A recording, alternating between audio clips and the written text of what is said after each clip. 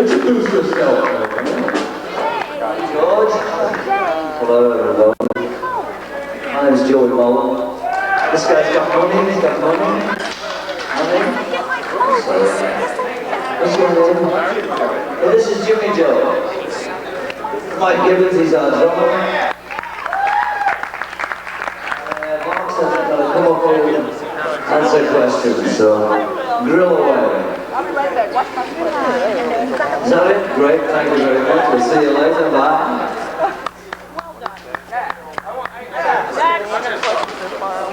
I'm going to start with a question.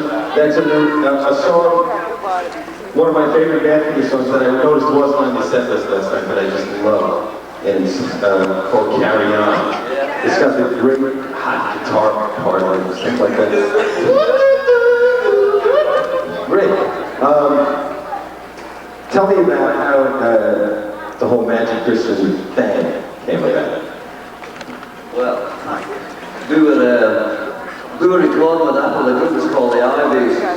It's actually Mike and Petey's Tommy. I joined the band when they became Badfinger, but the story goes, we had a record out called Maybe Tomorrow. Thanks, man. Cheers. Good Elf, the best of times.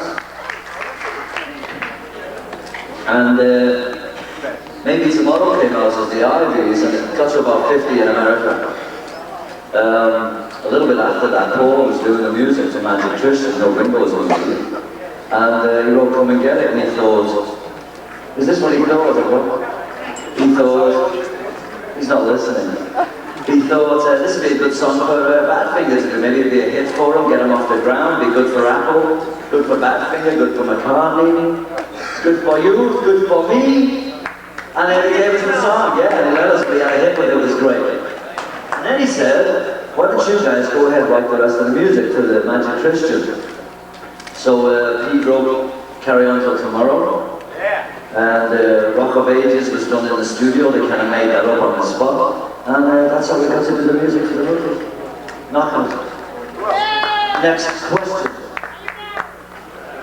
Yeah, 50 years married now. Starting to show around my belly. Yeah. I read in Rolling Stone magazine that the original band, you know, and they did an album, they recorded an album that was never released. Yeah, we did 2 albums that weren't released. The question is that we do an album that wasn't released, Badfinger. Yeah, we did one, which was we had an album called Ass. Anybody remember the album Ass? Yeah. We recorded this album twice, actually. We presented it to Apple. They didn't really like it. They thought it was a little bit crude. He's not listening, go back to sleep. And so we went and recorded the album again, so the first Ass album wasn't released. And then in late '74 we recorded another album for Warner's called Head First, and that wasn't released, and shortly after that Peter died, and so the album's still in the vaults of Warner's. Is there any chance of the old material coming out? Yeah, Warner's have agreed to release all the Warner Brothers material, yeah. And we're talking to Apple Records. Now, Apple's still functioning in London, I don't know if you people know that. But Neil's still in control over there. And we're talking with him now about getting this stuff released. It's a bit complicated because of legal stuff, and, but we're trying to get it out again because we know a lot of people are interested in it. Yeah. Want a toffee? Anybody want a toffee? I'll take it. I'll take it. Yeah, they're good sweet and sour chicken, yeah? Any other questions? You got questions? Is it toffee? You want a crunch bar? No, I got toffees. It's a Callum Bowser's celebrated English toffees. Toffees! Yeah. You want one? Yeah. These are good toffees. Thank you. Yeah. You want one over there too? I got a toffee, $50. $50. Come on, ask me a question. I'm supposed to be answering questions. Listen. In the mid-'60s, were any of you guys playing in any studio bands or regular performing bands in a pub? Yeah, we were all playing. The Ivies were playing around England in Swansea and all that stuff, Liverpool. I was in a group in Liverpool called the Masterminds. We played all over England, and I joined a group called Gary. You know the Walker Brothers? You know the Walker Brothers? Yeah. I joined a group with the drummer from them in '67, and we did like a world tour and stuff. Yeah, so we were all playing and doing TV shows with them. made and recorded? Yeah, I've got some of that stuff, I'm sorry to say.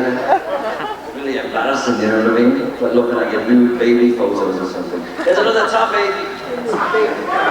You're gonna plan to release them? What?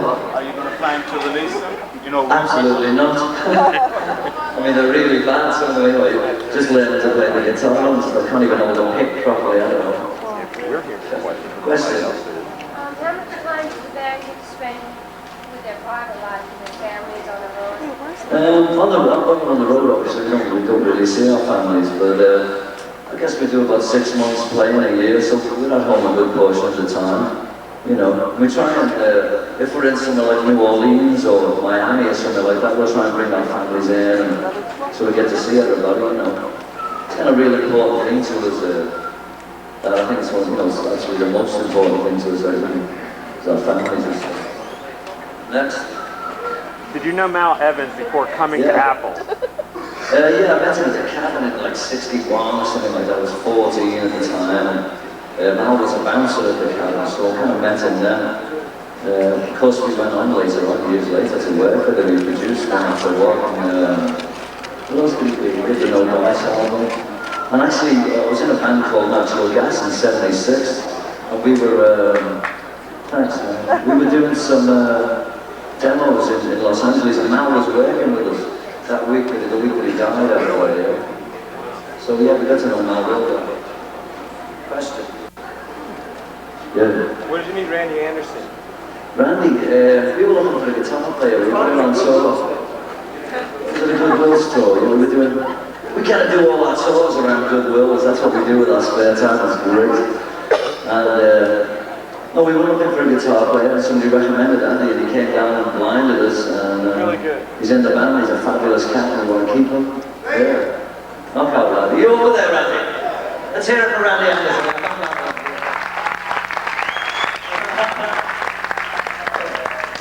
Earl Anderson, Randy Earl Anderson. Questions? Yeah.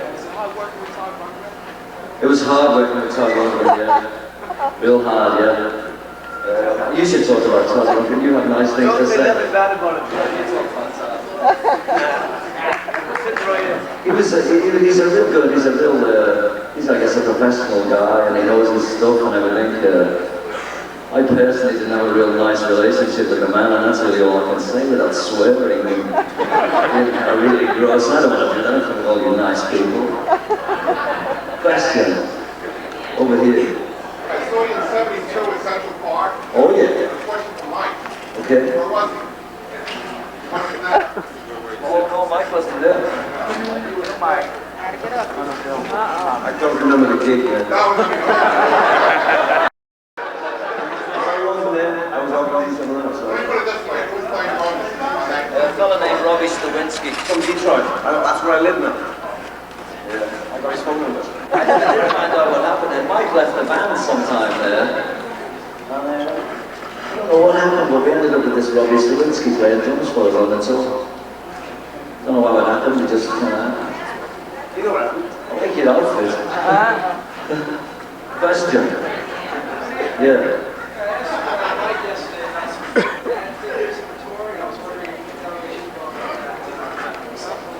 Yeah, there were lots of fake bad things. We had a couple of them ourselves for a while there. But you can't do anything about it. These things just happen. A friend of mine was telling me the other day in Detroit, they booked the Temptations, and everybody knows the Temptations. And it was a totally fake band. It's just, it happens all the time. There's loads of nothing you can do. Yeah. No, I just did the one solo. We'll probably do some more though in the future, you know. We want to do that kind of stuff outside the group, you know. So we're just working on a bad thing to deal right now, so that's kind of a priority. Thanks. Questions? We got some good new songs. We should have bought the table and played it for you. We just made a demo. New questions? I can't see. There, the short fat cat back there. Stand on your chair, let's all look at you. Come on. What do you want? What? No, I've got 11 years to go. of look forward to that repeal. Half a century, you know what I mean? Nothing. Yeah, antique is right there. My jeans are about 30 years old now. Next. Peter and George. Yeah, it took them 9 hours. Number one day took 4 days, yeah. What was the longest recording session you ever did have? Oh man, they were all marathon sessions, all about figure sessions. We'd be kind of stony and just a little bit, you know, under the weather. And so we'd always work about 15 hours a day. I think the longest song was Timeless, wasn't it? I think we were, wasn't it? The longest recording session for one song was Why Don't We Talk, which I can't stand that song. Remember that? Song? 2 days. 2 days, yeah. I mean, producers on Valiant, you know? Give me a break. Yeah, it was, you know, 2 days a day, stuff like that. Well, we all took a long time, yeah. Chris Thomas is on Valiant. Well, I heard that Paul was perfections. Were those recording sessions under his supervision? the one session was the come and get it session, yeah. And he is a perfectionist, they were all perfectionists. They always used to have us standing around a mic, going, ooh, for hours at a time. We didn't like it, but we really learned a lot, you know. Yeah, it was hard. What did you learn? I did that, ooh, yeah. So it's hard work, yeah. Yeah, you. Are there any songs that you don't like performing that much because you request too much? Not particularly. All the songs we do them because we enjoy them. It gets a bit odd sometimes doing the same songs over and over, you know. So we leave them out. But generally we enjoy it, really, you know. Yeah. Are you ever going to play at the Bayou in Georgetown? We played the Bayou years ago, yeah. Yeah, are you ever going to go back? We drove up to D.C. I don't know, the Bayou had some kind of reunion thing, didn't it? We haven't been booked there though, so I don't know, we probably will go back there sometime. Last time we played there, it was at Kennedy Center. Is that right? Yeah.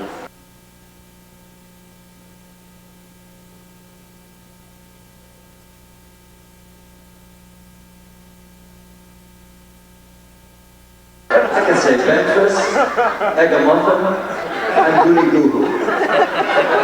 Hey Gus, what is this? You don't like it, you get it. Next question. Joey, I know you're from Minneapolis, and the personal question is, why did you play in Muldoon's, the worst bar in Minneapolis? What's the only place that would covers, man? Well, we just put the band together, see, we haven't had a hit record for maybe 10 years. Maybe longer than that even. Right now we're at the stage where we've really got to play wherever they'll take us. We just want to play, get the band together. And we're getting, you know, it's getting better. Next time we go back, we might play First Avenue. There you go. We sold this place out in Muldoon's for 2 nights, it was okay, you know what I mean? What the hell? But that's why we played it. When's the last time? We'll play anyway. You got a party going next week, we'll play there, yeah.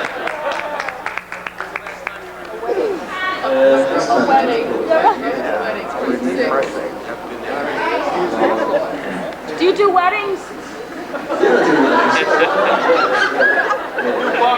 I don't know any Yiddish, I'm sorry. It's like Murray Rowan. Okay. Yeah. I can sign a matchbook. What are you looking at?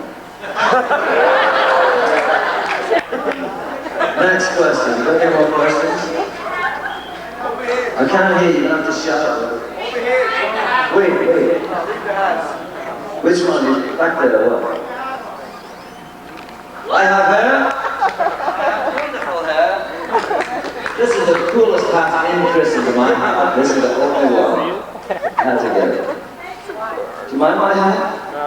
I don't like my hat. It's really nice. Floats around my head. What does it say? It says, what does it say? Wildlife. Kenya, it says. Cheetah, wildlife. Cheetah. Wildlife, cheetah. I'm a big Tarzan fan, what can I tell you? I felt sorry for the salesman, gave me $3. I don't know how to do something original. I'll show you something. Before you're very honest. It's fancy. It goes like this. Die Looks great. It goes like this and looks really stupid. It goes like this and looks terminal. It goes like this and it looks bad. Right? And it goes like this and it looks fine. It goes like this and it looks good. This is a great hat, it's all purpose. It was cheap. And it hides me from people like you. Question. These are the questions. No, I saw you in the bar drinking. This man's an alcoholic. Yeah. Did you ever, was Bitfinger ever a backing band for Apple, like some of the other artists? No. We did accompany, the Beatles and stuff on some of their solo records, but we never really backed, any of the other guys, Jackie Romax or any of that stuff. The Beatles used to do the backup work, How was participating in Bangladesh? Knockout. We did the Bangladesh thing, this was this guy's asking what it was like. You tell me what it would be like. There was George Harrison, Eric Clapton, Klaus Foreman, Ringo Starr, Jim Keltner, Billy Preston, Leon Russell, the Memphis Horn Section, Don Nix, all these great singers. It was fabulous, man. It was a knockout. Bob Dylan, just great. Question? Yeah, but did you enjoy it? No, that's how it was. I'm glad you understand. It was good. They wouldn't let Bob Dylan into the rehearsal.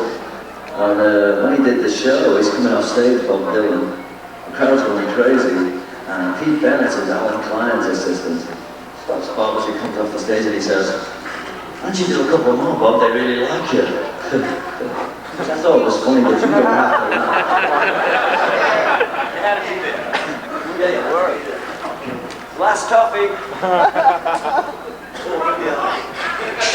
Lawsuits, oh my goodness. They call that the explain topics. Anything on biscuits? We have a biscuit CD. CD biscuits. I don't know, we're just trying to get people to release their records. And we don't know why they haven't been. Everybody else's records are released. Yeah. We sold them all out. Question here. Where are you out? Molland, did I say that before? Wait a minute. We did that before. We're going to do a new album about September.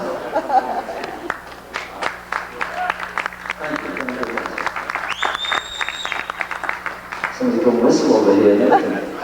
Talented, man, talented. Yeah. Joey, this is both you and Michael. This is your first Beatlefest. What do you think? What do you feel about it? I like it. I've been to 3 Beatlefest. Went to a couple out in California. I always have a lot of fun. I always like to see the movies and walk around and see the guys charging $50 for striped shirts and stuff. What do you think, Michael? He doesn't think. I don't think. I just play broke. I think it's an excuse for the club. Yeah. Where was Rupert Bass come? Rupert Bass? Yeah. Give me that scarf. It's got $15. 50, wait a minute. I'll take it. I'll take it. I'd like to know if you've still been writing. Oh yeah. Right now, yeah.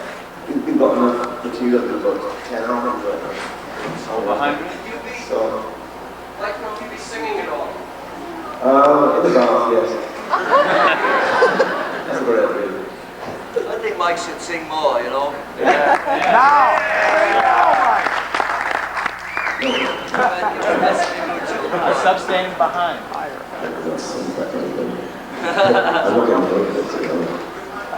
Good question. Can you compare your drumming style to Ringo's? No, not really.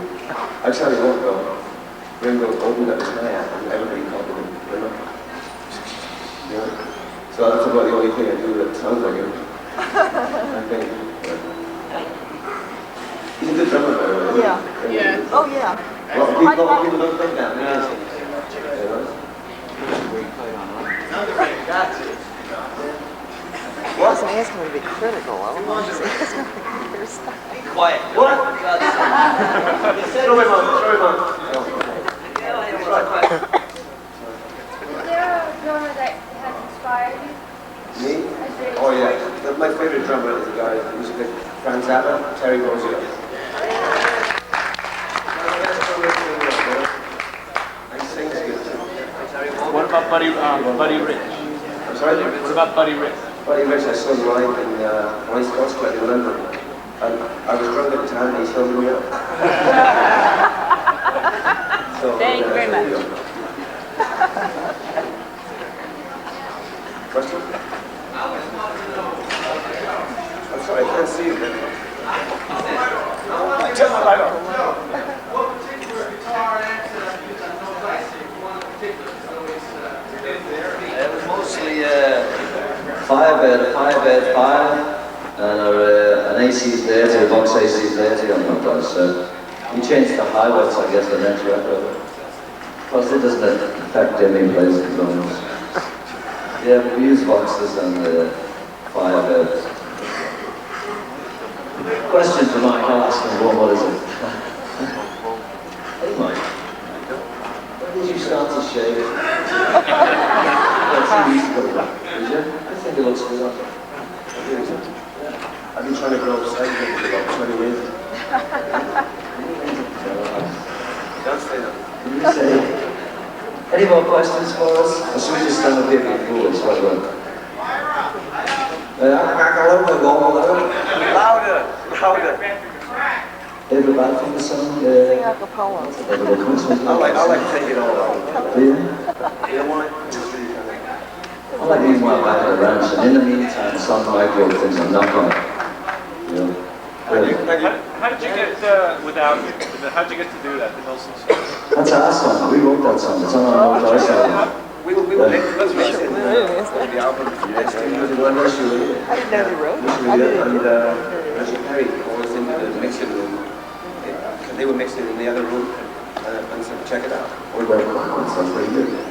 Well, we just give that away. A little blues version. We did a blues version. I don't know my friends. Yes. Do you prefer working with just band thing, or do you like working more with other musicians? I like to wear the back. Right now, we got a band that is very enjoyable. What do you stick around in my ears and later? You play with them. It's my drum. We're playing 4 o'clock and 4:15 here I come.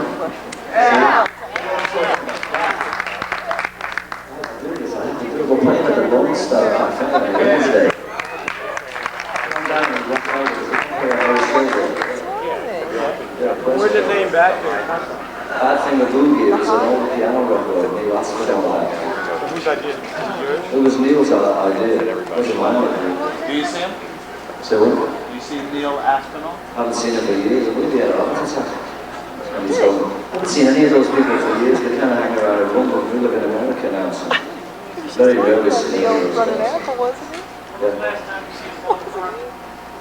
I was on TV last week. No, I haven't seen him for years either. I can answer that.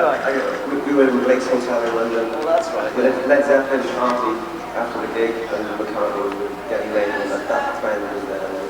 So we just Mr. McCartney. He got free drinks. Question. Best memories you have of Peter Kahn? The best days were the early days, I think. And for me, when I first joined the band, I was living mostly with Tommy. We shared the room for about 2 years, and a lot of fun. We did all our trips, and all our tours, and all our things together. I think that was the best time, as far as I was concerned, at the time. We all lived together in a little house, and we were like, we had an old woman who lived in a shoe kind of situation. We all lived there together. We were all very happy little boys and times. I had my own closet in that house. That was the last time I had a closet to myself. Great. I remember Tommy thinking he was dying one night. That's what sounded right. I won't tell you that. It's funny when somebody's walking up and down going, my heart's not beating. Tell me you're walking up and down, he said. Oh yeah. Thank you, Joe. His underwear and his t-shirt. There's a ghost in my room. There was a very high mirror on the wall, forgot about it. We don't do that anymore. We don't look at mirrors, we don't have mirrors anymore. He's heavily into Ruben Bass guys. Really good. That's about it. That's about it. This guy's been trying for ages. Is he? Can you expand a little bit about their personalities of Beatles in the studio? Sure, yeah, go ahead. I'm deaf, I'm a drummer. How do you expand? George was real great in the studio, I thought. Real kind of kind with it. He knows what he's doing. He's brilliant in it. Really helpful in arranging the songs and making things that you think really are silly, turning them into good numbers. You know, into good songs. He was great to work with, I thought. He just knows his Did you like the Straight Out album? Yeah. Well, there's an original version which we produced, which looking back and we're listening to it now, is much better, I think, because it sounded like a band, not like a studio band, you know? And that's not available. We got the tapes. But anyway, George is a great producer, but I think he took away a bit of the reality of the band, you know? That's my only criticism of the guy. What about John? John was real direct. All four of them, I think, know exactly what they're, well, obviously they know exactly what they're doing in the studio after they're doing all the work. They used to live at Abbey Road. And they just know what they want, they know what they're doing, and when they come and play you a song to play, like, they come over, play you the guitar, they play you the tune on the chords, you learn the chord, and you do the song. It's not like, there's no kind of big heavy deal going on, you know what I mean? It's just, this is how the song goes, and you play it. And if you start fiddling about, they'll throw you right out. Just play it real straight, real simple, keep from it, don't fiddle about, just play. And that's what they were like. It was a knock-on. For me, it was a knock-on. Did you ever work with George Martin? No, I never met George Martin. No. Yes. Did you meet him? I didn't meet him. You might have met George Martin. George Martin did all the strings, you know, all the good bits, you know. It's like, you take a rock and roll band and do an orchestra, you know. And he's a good Moral producer. for instance, all the strings. Yeah. Right. Nice strings, George Martin. Don't work. I mean, he's the best one to work with. Joey Molland, Mike Gibbins. That's the guy.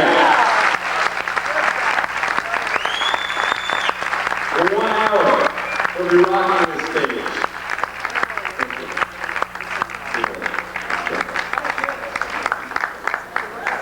All right, so at 3:15. I'm walking up the street. This old fella comes up to me with silver hair, long silver hair. I was from Liverpool. He says, "You look like you're from Liverpool." I said, "Yeah." He said, "You play the guitar?" I said, "Yeah." He said, "You want to come and join our group Badfinger?" I said, "I'll give it a shot, yeah, whatever." So I got the job in the band Badfinger. And look what happened to me. It happened to anybody.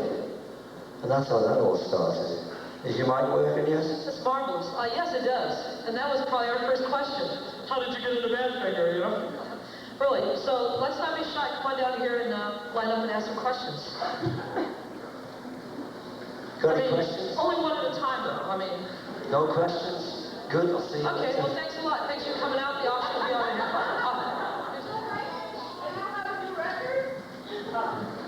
What do you say? We just made some new tapes, yeah, we're shopping them around. I don't know if they're going to sign us, though. You know? We're going to play some of the songs later, some of the new songs, some of the old songs, too. So we're still going, yeah? Yeah. Come, let's start a line down here and ask questions in the mic so everybody can hear the question. Great. Well, you come on. What's the club? Do you have any plan for a best of Badfinger record? I buy that. We spoke to Neil at Apple about 2 months ago, and he told me that Apple's looking for CD carriers right now to reissue the Apple catalog. So I don't know whether they're going to, yeah, I think that'd be great. He told me that they were coming out around Christmas this year. We hope we'll get, you know, all the Apple stuff out.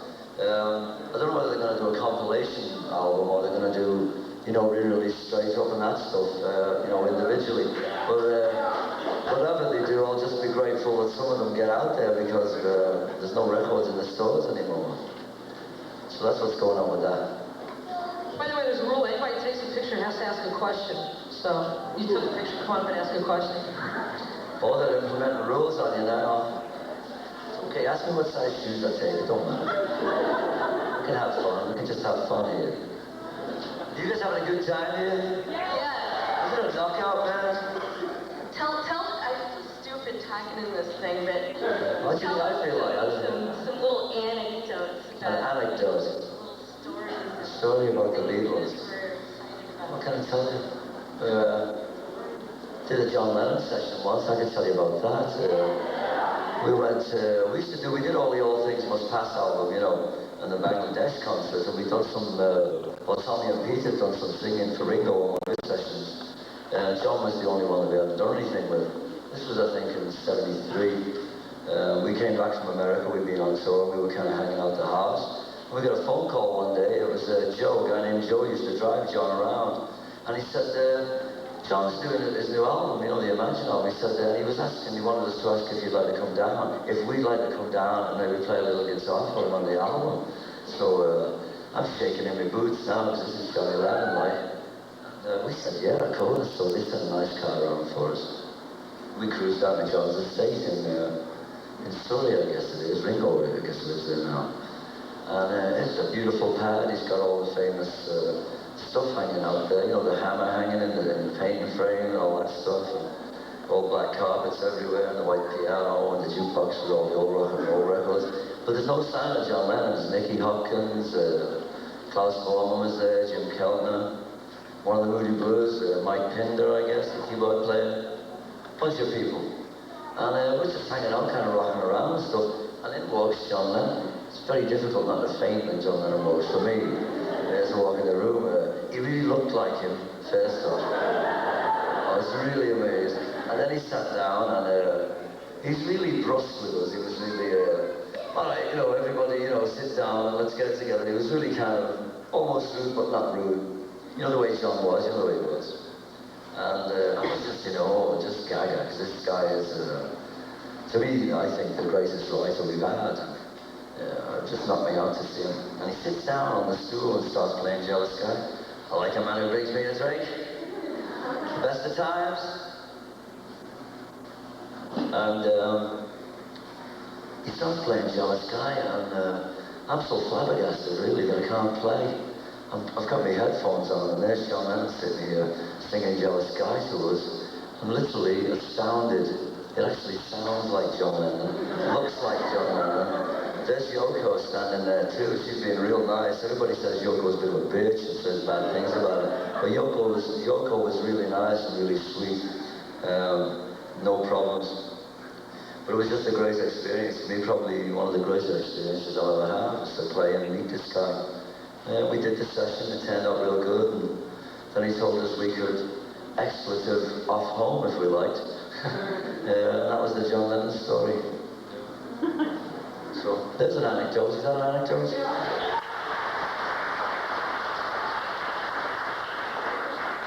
Hello, sir.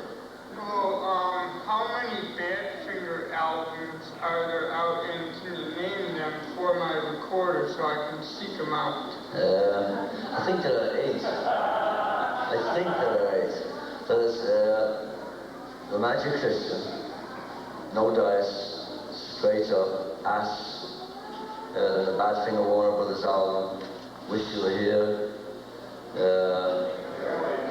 Airwaves, Say No More. Yeah, and there's an Ivy's album out there somewhere, maybe tomorrow. Yeah, I made a solo album, but they're not really Badfinger albums, that's my own personal stuff. And yeah, so there's 8 Badfinger albums, and then there's a couple of Sundry connected albums. Does that answer your question? There must be, that's all there is. In the early 70s, there was a TV show, and I think the theme song was Come and Get It. Do you remember it? No, yeah, it was called, you know what's amazing about this show? It was called Cuckoo's Nest or something. Our manager, his name was Bill Collins. This was the old guy with the silver hair. His son was a TV star, movie star. His name's Lewis Collins in England. And he was the star of that show. Come and Get It was I think Come and Get It was the theme for that. I'm not really sure. I know it's the Chrysler ad in Canada now. The Air Force used it for a while in America. Yeah. No, yeah, we get royalties on the record, but not on the song. Paul wrote the song, so he gets the royalties. I don't remember if Tom or Pete wrote it, but you know the song, Crimson Ship? Yeah, Peter wrote it, yeah. Okay, when you listen to it, do you think that it's about Paul McCartney, kind of? Yeah. Yeah? Yeah, I do, yeah. Okay. But you never know, you know, people write songs and you can think what they're about, but you never really know, and it's not really dumb to go up to somebody and ask them, hey, what did you write this song about? You know, it's kind of best to be left a gray area, you know what I mean? Joey, where did you grow up, and how did you become a music fan, and when were you first wearing the Beatles, and were you a Beatle fan? I grew up, I was born in 47. I grew up in Liverpool, and I was just raised up to stuff. My brother got a guitar when I was about 10. And I was playing the piano when I was maybe 6 or 7, just doodling on the piano. And I just kind of gravitated to the guitar. He had Elvis Presley on the record, on the radio, doing Blue Suede Shoes, and that really freaked me out, I'll tell you. So I got a guitar and learned how to play it. I didn't ever think I'd be good enough to play in a group, you know. I used to go to the cabin when I got to be 14 and stuff. Saw the Beatles there a couple of times. Doing the lunchtime sessions. Man, they were good, you know. Have you got films of the Beatles at the cabin? Is there any films of them playing there? Man, they were really, really good. A lot better than I think than people suppose. They do all kinds of numbers, Best of Me Mood Show, and If You Gotta Make a Fool of Somebody. Remember that record Freddie and the Dreamers made? The Beatles did a killer version of that. Just astounding. I didn't think they were maybe the best group in Liverpool at the time, so they said there was a couple of other groups that I really liked as well. And I just really got into it. It gave me the impression, seeing them though, that I was never be good enough to play in a group. Because I thought these guys were so good. It was just a matter of circumstance then. I was walking down the street and the guy asked me, did I still play? I said, yeah. He said, well, have you got a guitar? I said, yeah. He said, well, do you want to join our group? So I joined the group. It was a group called Profiles. We made a couple of bucks a day. And it went on from there. Then I was making $3 a day, then $5 a day, then $20 a day, then $100 a day, and yeah, it got to be really good for a while, you know. But it's gone back down to maybe $100 a day now. Yeah, and that's how I got into it. Really, just happened. How'd you hook up with Apple, and what was it like? We've heard all kinds of stories about how chaotic things were there. What was your experience with Apple? Well, I got involved in about 69, late 69 when I joined Badfinger. They'd been signed to the label that year, Elliot, that year. And I had a single out called Maybe Tomorrow. And it was a bit chaotic, but it was like the Beatles. You know, the Beatles were the center of the universe for right out of that building, you know. And it was tremendously exciting. I was thrilled to pieces myself. I thought, you know, why me? Why, you know, what did I do that I could be here standing with these guys? And it was just fabulous. It was fantastic. Tell us some stories about what it was like working with Paul on Come and Get It sessions. I didn't do the Come and Get It sessions. They recorded that in, I think, June or July of 69, 69. And I didn't join the group until October. So the record was already done then. The bass player, for some reason, after they'd done Come and Get It, flipped out and left the group. We didn't go to roll. I never heard of him really. And George told us, he said, we've got a friend of mine, he's real good, he's going to come in and finish the record with it. You know, he said, hope you didn't mind. And he said, oh man, you know, I'm not going to bitch like George, you know. And I didn't ask for it, because I know him around. And Todd came in. Todd was a totally different kettle of fish than George, where George would be enthusiastic about your songs and about what you were doing and would kind of help you to arrange your tune and turn into kind of some kind of commercial thing, successful, you know, sounding thing. Ronford came in and really dominated the band, and I didn't like it at all. I didn't get on with the man. I still don't to this day. Kind of stay out of his way, trying to stay clear where he is. I don't want to bring him down, he's a very talented cat and everything, and that's that, you know. This is an exclusive interview. You guys can come up and ask questions. Like everybody, I'm sure, I like all of the Badfinger albums, so I think all of them. One of my personal favorites was Wish You Were Here, which wasn't connected with Apple. No, we did it with the Warner. Did any of the people that you worked with at Apple have anything to do with the band at that time? No, only Chris Thomas. Only Chris Thomas has been our producer. He was, he of course was he did the White Album with the Beatles, Chris did. But there was nobody really around from Apple at that time. We wanted to stay with Apple. There's a song on the Ass album called Apple in My Eye. That's what it's all about. We went to see Klein and taken over Apple then, maybe 50 something. We were making a lot of money then, it wasn't a big deal. But Klein said no. And he just was adamant about it. He wanted to sign us for nothing, and he wanted to give us less money for our records. So our manager went around to Warner Brothers, and Warner Brothers gave us $3 million and everything we wanted. So we said, well, thank you very much. And there was a bit of a split there that, George got kind of teed off with us, because we thought we can't let Apple down in doing that. But the fact of the matter is, we tried to stay with Apple. I mean, you can't get in touch with George, it's not, you can't call him up, it's not that easy, But any of those guys, that's fair enough. But it wasn't until years later that our manager had a chance to explain to George and the guys that that thing didn't want to leave Apple, we wanted to stay, but we just couldn't do it, that was Klein in control. Have you had any contact with George? Only through Neil and stuff like that, through Derek Taylor.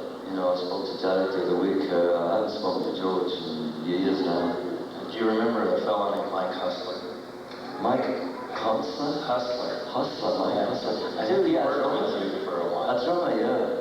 Yeah, he played with us a little while. He's a friend of mine. But also, not to put a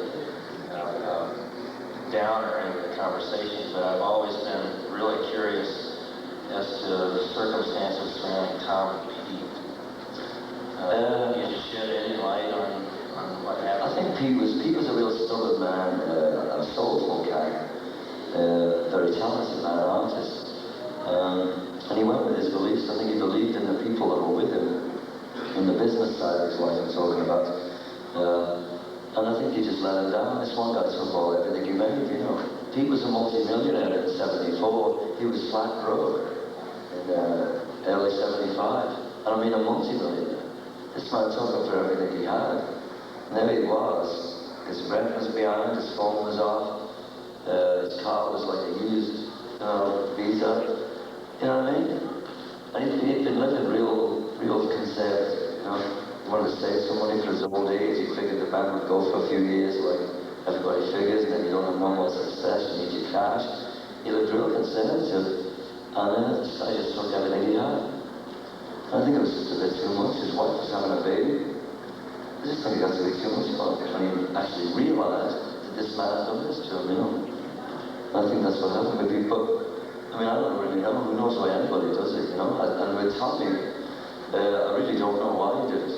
I really don't know why. His career wasn't over by any means, and his wife's there. He had beautiful boys. He had a really nice pad, and a Porsche and a BMW, and he was writing songs, and he could get a deal, and he had his. I don't know why he did it. I really don't. It's just the opposite of Pete. Just the opposite of Pete. Tommy was a harder man than Pete, so he wasn't so much, I think, affected emotionally by that kind of, thing happening. So there's another Pete. His toys.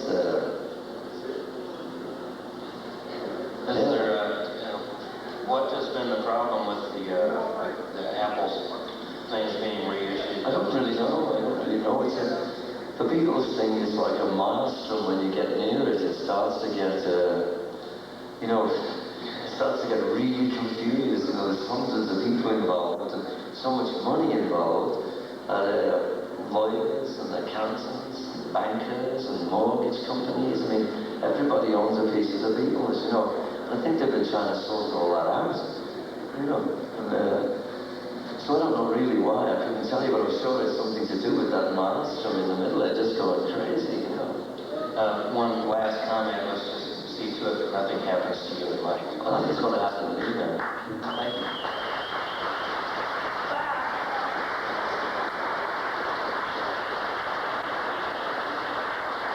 Any more questions now? Oh man, XRT is a good station, man. I'd just like to say, my lady and I got to see the band 3 times this year so far. We're out in northern Illinois. Doing great. I wanted to ask you about, you said last time I talked to you, you wrote Vampire Wedding? Yeah. What about Angels Like Us? Yeah, I wrote that. Oh, yeah. I wrote that too. Solely? Yeah, all by my own little self. Alright. What's the deal with Elliot? Elliot's here today. Is he really? Yeah, Elliot had some other things to do. We talked about it. We decided to go back to a four-piece lineup. So we're just two guitars, bass, and drums now. But Elliot, I think he's going to come down here today and sing with us again. How about Billy Preston? I don't know, Billy's here too. Is it Billy here? Well, I guess Billy will be around too. That's wonderful. Yeah. Keep it going. All right, man. Nice people. Having a drink. It's too early to drink. Could set your head. You had a date? It's okay. Hello, man. What memories do you have of Mal Levins? What now? What memories do you have of Mal Levins? Fond memories, except for the last one, which is kind of sad. He was the first person at Apple that I actually got to know, other than one of the secretaries. I won't go into that. But Mal was the guy. He took us in and did the demo for No Matter What. Like I said before, maybe tomorrow would have been a minor hit for the Ivies. I think it got to maybe 50 in a minute. And so they were looking for a new single for us, and Pete wrote No Matter What. So we went and recorded it. We did the demo. We did one of my songs too. What was it? I can't even remember what it was called. And we took it to Apple, and Mal took it and gave it to the lads to listen to, because that time they used to listen to all the stuff, I guess. And they said, no, we don't like it. It won't be a hit, man. Put it away.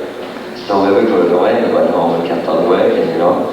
And about 3 months later, I guess they listened to it again, and they said, yeah, we do like it, man. It'll be a hit. And then they put that out. So no matter what was a hit for us. And that gave Mal, I think, the opportunity to come and produce the whole of the No Dice album, and that was the start of a really long working relationship with him. We did, I think, 2 albums with him.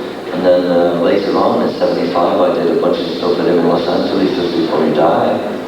Got really good memories of him.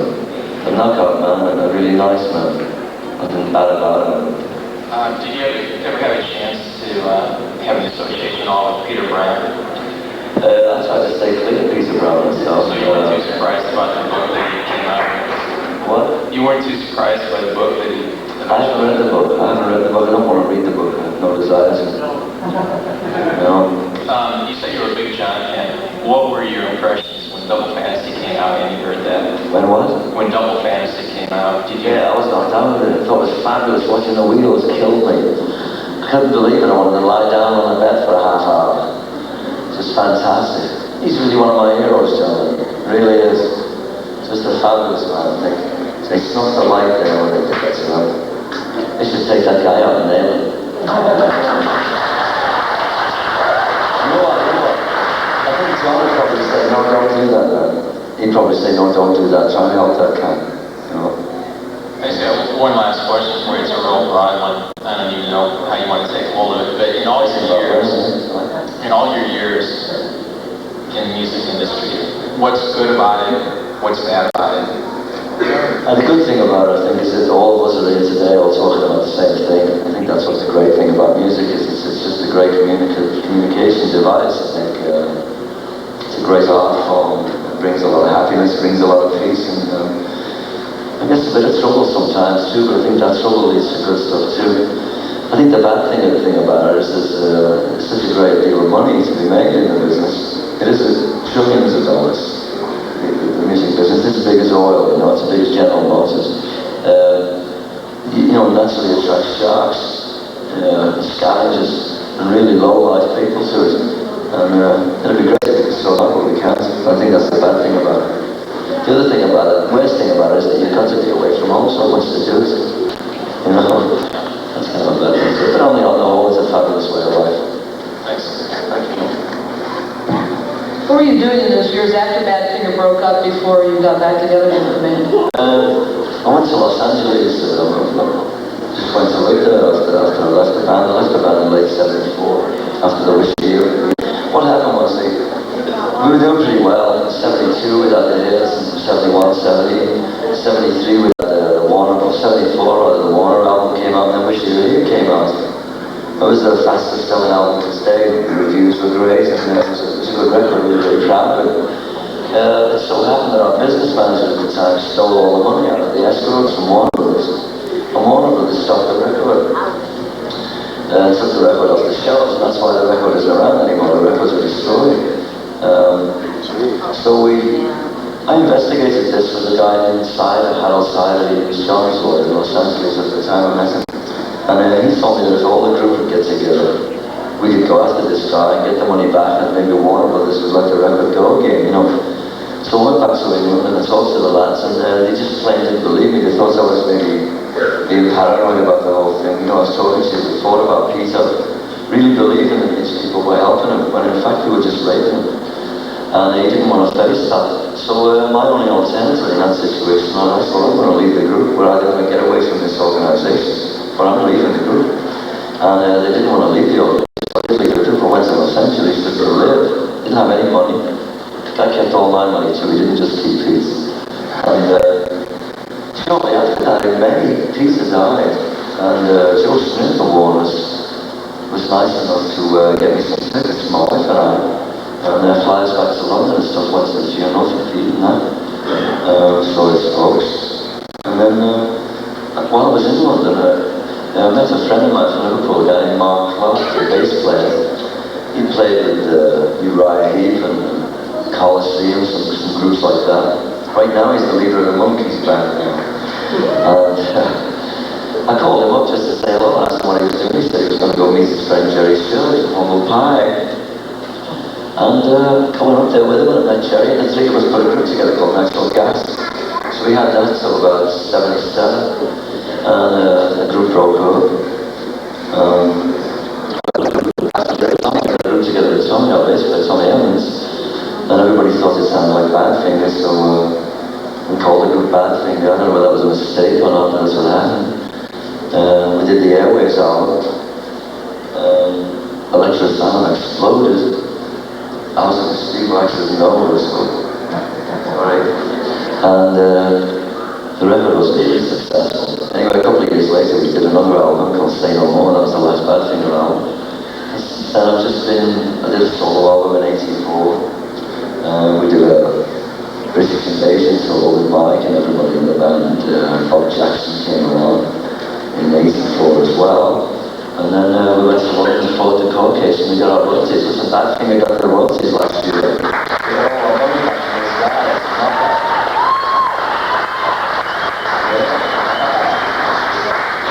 We got all the money back from Pete and all the money back from Tommy too. It was fabulous. And as soon as we did that gave Michael and I the wherewithal to put the band back together properly, which we did last October, August. And we've been playing around the country for about a year. And then it gradually building up our audience again, because it's been so long since we've had any, major hit records out and stuff. So we're just working on it again, like we did in the past. Hello, man. The Natural Gas album is Little Dog. And did you write that for a while? Yeah, there was a lot of things. Yeah, I think I did write that. Do you write a lot? Yeah, they were kind of steal our ideas, you know. And then I write the song and then I get all the credit. It's great. Yeah, that's really it. Thank you. Anybody else? Oh, we got one here. Yeah. You're speaking about royalties, and I wanted to know if you had any insight on the politics involved. How did Michael Jackson manage to get the rights to songs? That's a cash money deal. What he's asking here is how did Michael Jackson manage to get the rights to all those Beatles songs, and he did it over. He just did it with money. I don't understand it myself. McCartney has got 5 times as much bread. Just right there. The richest man in show business, man. So I don't know what happened there, but all I know is Jackson went in and gave him $40 million and they gave him the rights. You mentioned Come and Get It was... Hey, what can you do? This fella Dick James did it, man. Don't blame me. I don't know. You mentioned they're using Come and Get It for a commercial in Canada, and there's been a lot of controversy about using not only the song Revolution, but John's performance of it in the Nike commercial. They seem to be using more and more old songs. for commercial You know what's happening? You know, it started about 10 years ago, I think 12 years ago, the rock and roll generation started to grow up and take control of the world, I think. I think it's going to get even more, it's going to get deeper, that control. I think we're going to see more and more of that on the TV and the radio. You know, it's just that people like it, our generation of people, my generation, I guess the next generation like rock music, so I think that's why they're doing it. It's too bad they don't come up with original stuff. I get cringe whenever I play that 7-Eleven commercial. It don't come easy. That hurts. That hurts. It's such a lousy commercial to things. It's all money, see. Music publishing. Publishing's a big business, you know. It's publishing. It's a major business. It's not you know, it's not the Beatles playing music and enjoying it and stuff and us digging it, or Rolling Stones or anybody else for that matter. It's people in suits and ties doing business. And they own these songs or commodities, and they buy and sell them, lease them, rent them. That's what they do with them. And, you know, it's just it's a huge amount of money, vast amounts of money, and that's why it goes on. Sacrilege. Some things are sacred. I don't agree with revolutions to advertise Nike shoes. I don't see the connection at all. What's it got to do with Nike shoes? I like Nike shoes. They're great, aren't they? Great sneakers, I think so. But, hey, what's it got to do with revolution, man? Nothing. Well, they're suing, so the Beatle lawyers are working again. There's another Beatle lawsuit, yeah. Unbelievable, man. Well, sure you can. There will be for other people who want an autograph, so we don't get all of a sudden like a stampede up here. There will be autograph sessions downstairs. I think Mark sets up some kind of table somewhere where no one sit at it and get Riser's crap. That's part of the fun of working Beatlefest, isn't it? Fun of Beatlefest, yeah. There you go. Now everybody take a picture of Joey signing an autograph. Okay, the camera's out.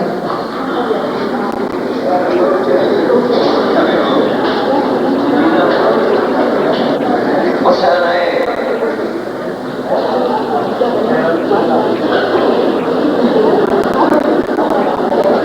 Yeah, we will have another discussion here. Don't laugh at me.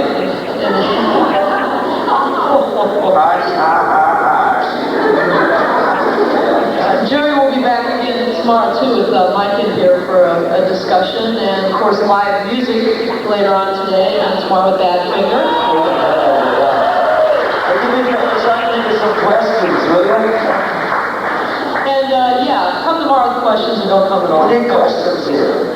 Now, actually, we're about out of time, but I have a question. If you could go back to something you alluded to earlier and maybe expound on. For those of us who are just kids or not even born, living in the USA, what was it like to be in the Cavern Club? What was that whole experience like? It was a real smoky place. They didn't sell alcohol or anything. They served tea, coffee, soup, pop. There was office workers, the beating accordions. The place was just like 3 archways. It was a basement of a big warehouse. It would get hot and humid down there. You couldn't light matches down there. Matches would go out. The place would be just jam-packed. That's where the dance came from, the Cavern Stone. Have you ever seen it? It was a dance because the place would get so crowded. You can't do it. You need a really crowded room to do it. You just kind of shuffle around like this. You can't really move and stuff. It's kind of like this. And just stomp your feet. And that was how that beat. That's part of that Liverpool beat group thing, you know. It was a great place to play. The sound was fabulous. It was a great place to go and see people. It was cheap. It was only a quarter to get in. I never saw a fight there until they started serving alcohol. It was just a great place. I loved it. But I'm sorry they filled it in. Yeah, that's what they did. But they filled it in. Unbelievable, man. Knockout club. What was that whole scene like in Liverpool just when it started catching on, when you finally realized it was becoming worldwide? Yeah, it got real exciting. You know, the Beatles made a record, which is, nobody thought that anybody would ever make a record, you know. It was real exciting. There were about 380 groups, I think, when I was playing in Liverpool, about 350 or 370 bands. And you can imagine, there were 750,000 people in Liverpool. And the music was just fabulous. There were great music stores, the cafes were knocked out. Not a lot of drinking going on. No drugs, pretty much. Just a real, no, serious. You know, I'm not really, you know, no, but You know, seriously, it was a pretty straight scene, just a bunch of kids. That's what we were all with, just kids having fun, rocking out. It was a knockout, just a knockout. Everything was going to be as successful as it was. I mean, Liverpool was always that northern town. Liverpool's has got a real history of providing entertainers in England.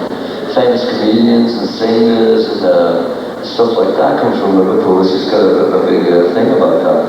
But I don't think anybody ever expected that the Beatles would get as big as they would and that whole music thing would catch fire like it did. I don't think anybody anticipated that, no.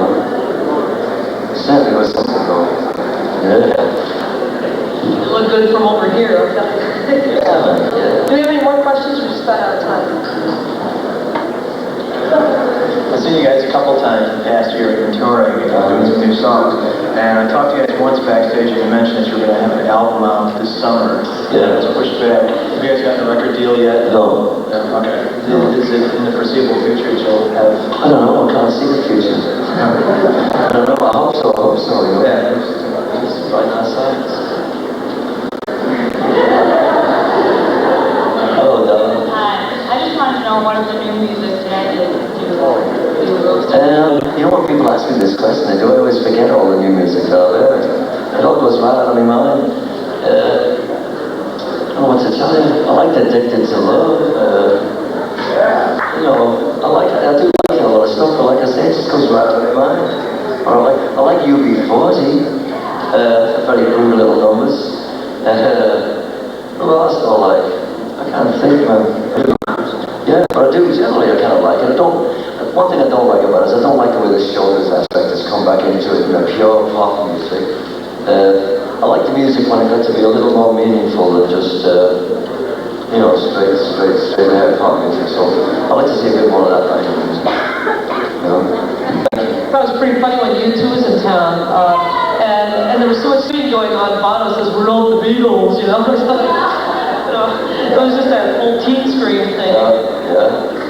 U2 really good knockout.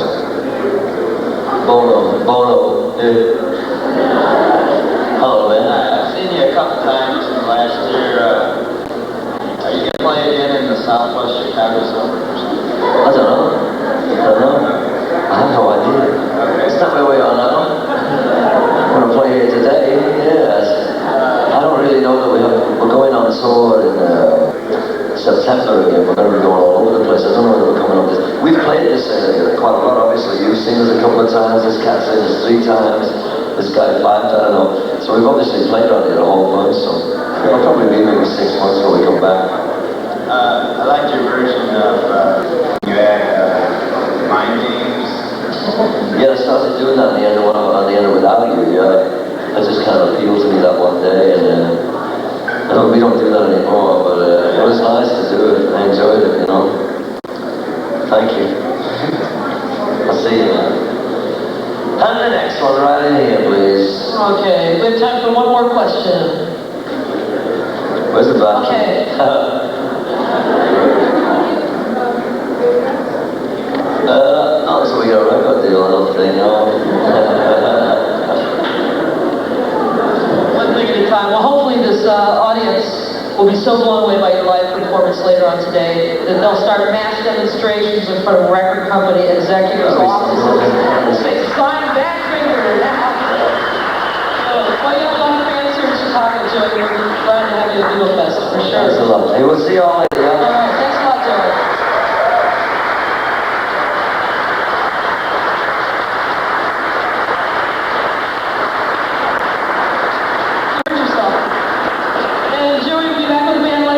Live Badfinger music, and the auction is coming up now.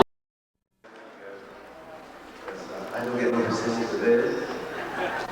That's a good show. Hey, I see Jimmy Fink of K-Rock is on the after 2 to 6, so he'll be here about 20 after 6. So in his place, I want to introduce to you a man who's been with us for many years as our panel moderator, guest moderator, writer and author, Mr. Lou O'Neill. This is Lou O'Neill, how are you? And let me introduce also from Badfinger, Elliot Joffrey. And they will be playing later, so. Make them feel Beatlefest welcome. And never talk to them always because they hope you get the music. So they were ready to come to you.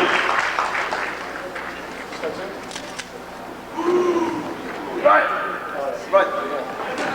First of all, I'm going to apologize for Joe not being here because he's home.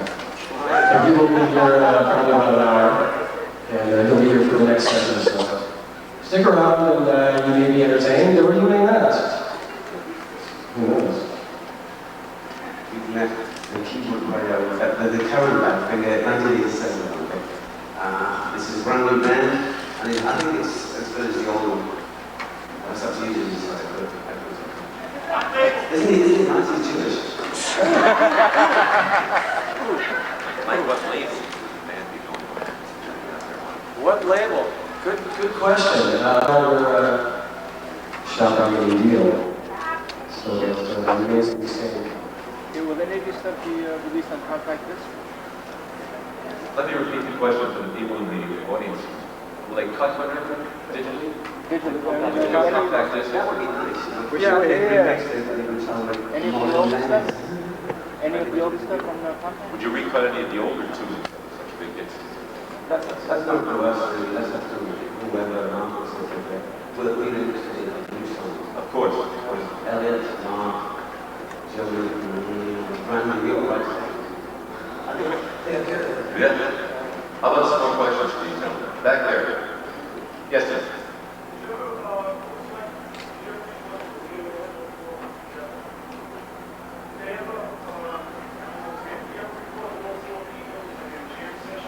Did Mike Gibbins ever record with all of the Beatles, all four? No. You don't jam with people to play with them. If you start getting clever, they say, go away. Play it simple and with some genius. I think between Mike and Joe, they've actually worked with all four Beatles, but not simultaneously. Mike is like, I mean, this is an American interpreter. He has no idea what's going on. Jewish American interpreter. Lady in white. I was wondering, you were just like in the Chicago area, Joliet area, Amazon, but that's where I'm from. And Yeah, we did. okay, do you realize that there's people that are 19, my age, about 18, 19, that really do like you, and how can you only play it 25? Do you realize that? This is something that we're more concerned with. The reason that we're playing... Let me repeat the question. The lady wanted to know... There's really no situation to elaborate on other than we have some people that are trying to get in touch. You know, our attorneys are talking to you. Their attorneys and seeing what's going on and seeing what the possibilities are. And it's up to you. Okay. Yeah, nice. It's always new bands starting up, but what advice do you have to bands that are just starting up? There are always new bands starting up, as Justin correctly stated, and like Elliot, Mike, your advice as far as what new band should do. Elliot's going to take that. This is a good one. New band starting up. The best thing you can do is just keep at it. And keep at it, and keep at it, and keep at it. And if you really want to do it, you got to keep at it some more. And eventually, it's either going to happen or it's not. I mean that's up to the gods of rock and roll to decide. You just got to keep doing it and learn. And the other thing is do what you think is right, do what you feel. You know. I asked one little thing, don't sign your soul until you know it's good enough. Because you can make big mistakes.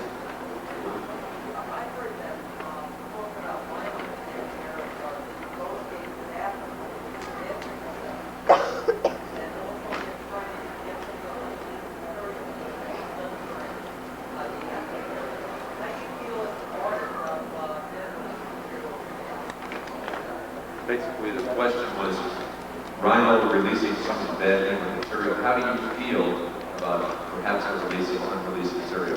I think we just come over that really.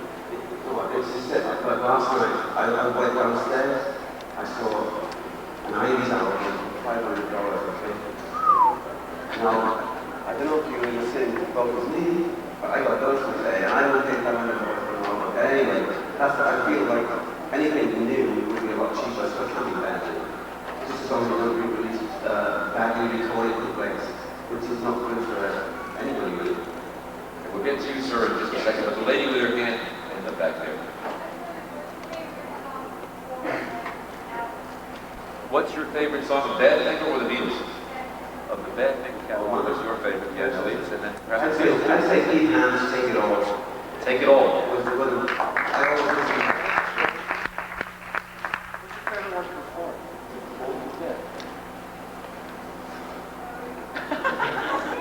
He doesn't know.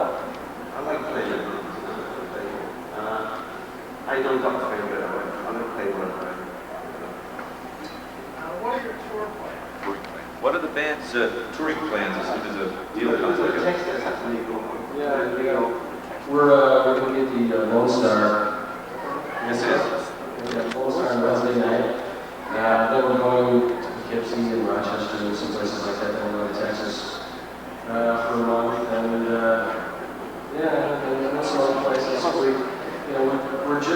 We're in the process of trying to keep the band working right now.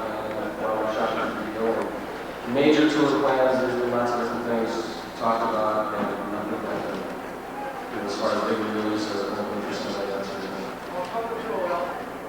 I'd like to go to Philadelphia. I got lots of friends in Philly. I really like Philadelphia. I can't figure out why the Vocals were Philly. It's only 2 hours away. Be like Yes, sir. I was wondering if Bad Finger pushed to have more of their songs done at the time of Bangladesh. Would the Bad Finger make a push to do a Bad Finger tune at Bangladesh in 69? No. That's I was just glad to be there, because it was good. It was a good feeling. So,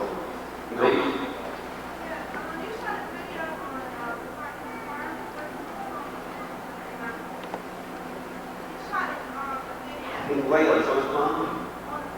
Yeah. Oh yeah, that was in Wales. No matter what. I was a single in England. Yeah, they played that on MTV the other day. That's what I heard. We were on the phone with Joe, and we dropped the phone. We're on TV!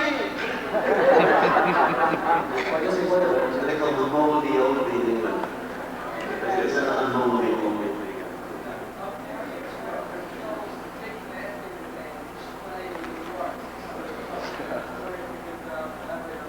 Michael was asked a few years ago, there was a bogus Bad Finger.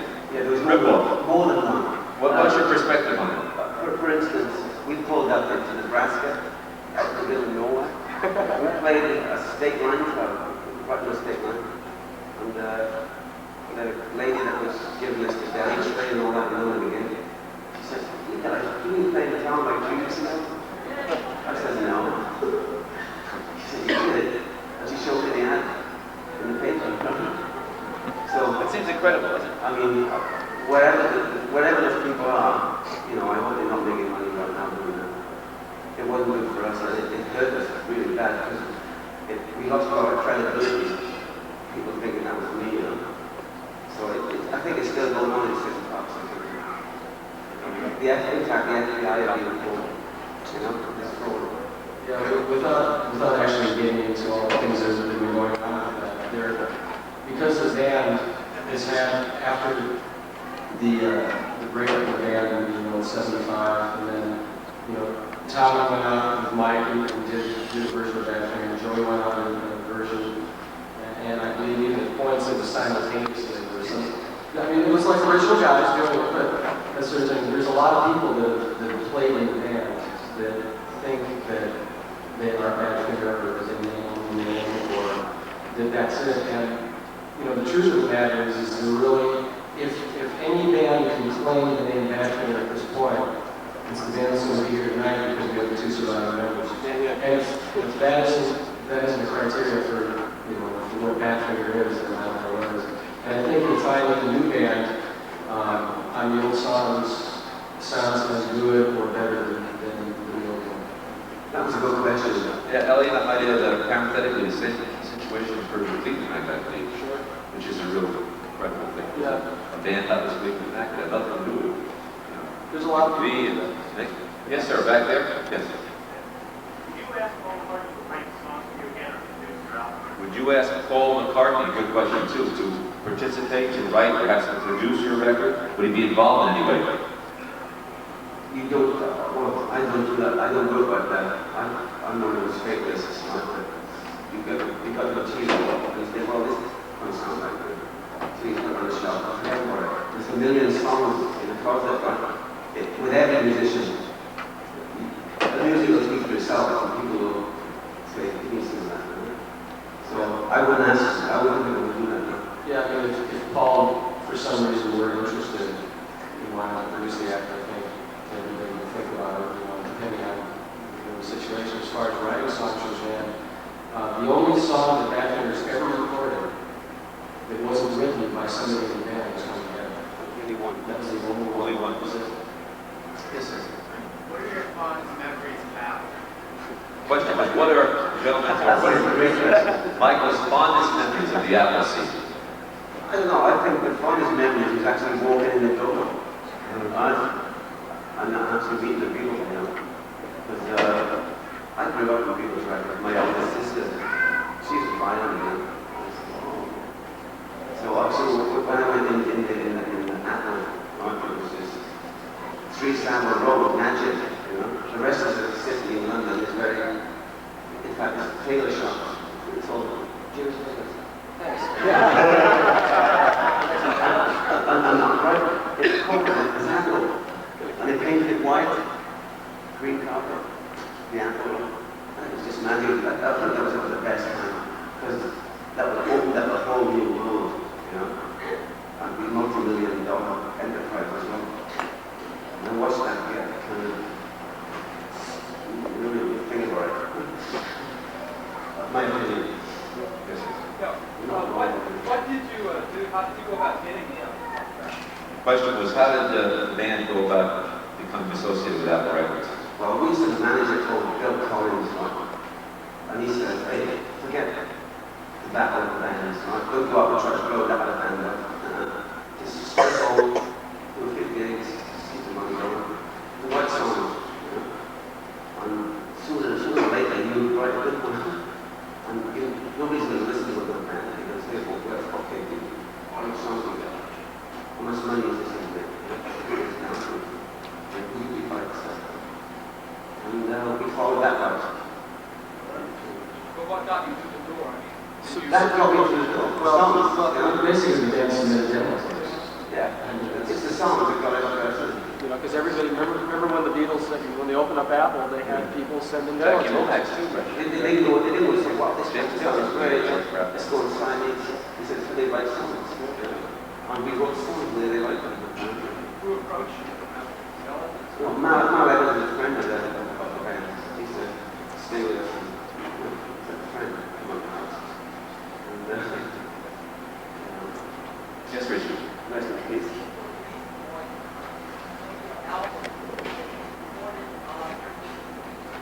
Can't hear you at all. Can't hear a word you say. Did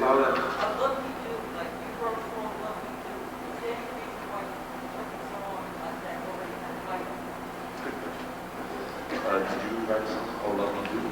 No, Joey wrote that. Joey wrote that one, but he wants to know why did Joey write a song with the same title as Uncle John Paul?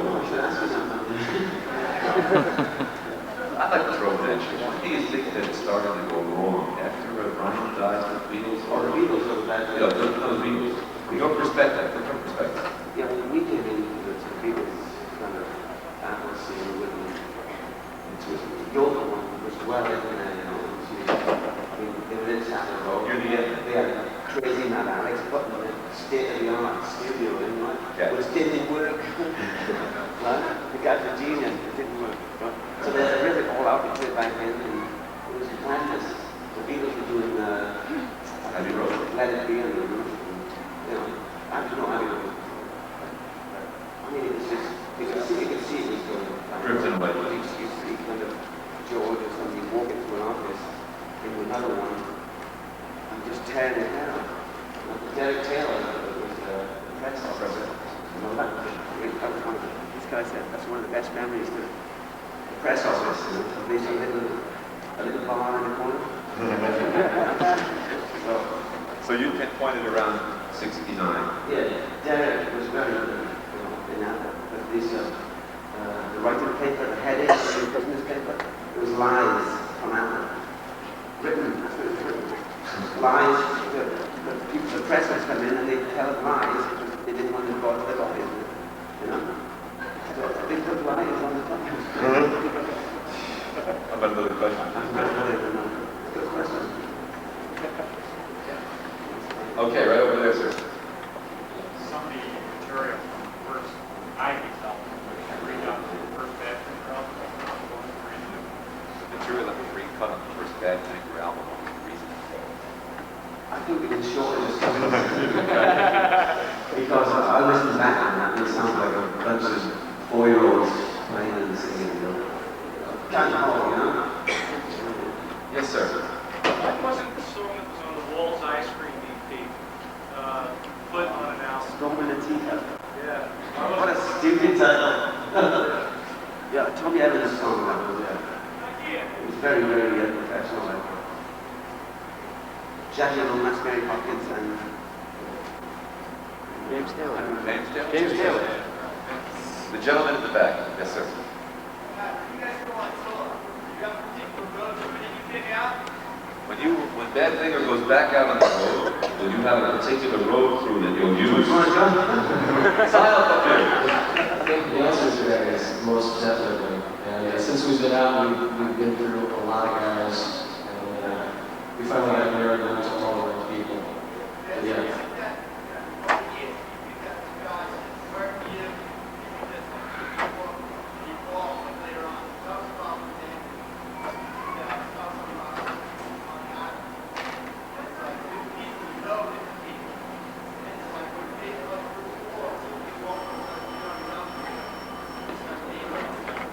Well, I think in the early days, again, most of the guys that took out were like friends, and that's how it starts. Because when we started out, it's like he gives me one thing, and that guy says up to here. You know? It's one of those things, you know. And I mean, I don't know in the old days, as far as work, you always keep in touch with certain people to get the right guy for that. It's just a job. Hire people. Yeah, one door open, he's good. For independent bosses, he was one of the original producers after Blackmore and stuff like that. Like another friend of mine, Guy Spritz, another Welsh guy, drummer, Taylor, he's a good guy, friend of mine. Like his brother's rolling for the people that join out with Freddie, you know. So, Rollins is a thing, Yes, sir. One over there? Okay, how about another question? I would just like to say that, for whatever it's worth, I felt for all the years that Bad Finger existed, they were, without question, one of the finest rock bands in music.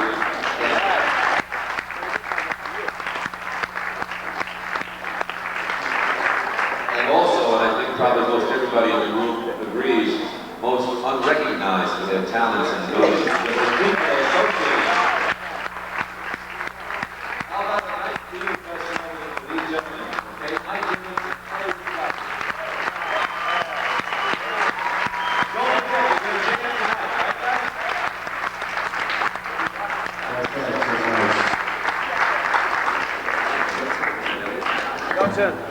I want to ask you some questions. 7:10 for anybody who wants to see Bad Finger live, what they sound like. Yeah, right.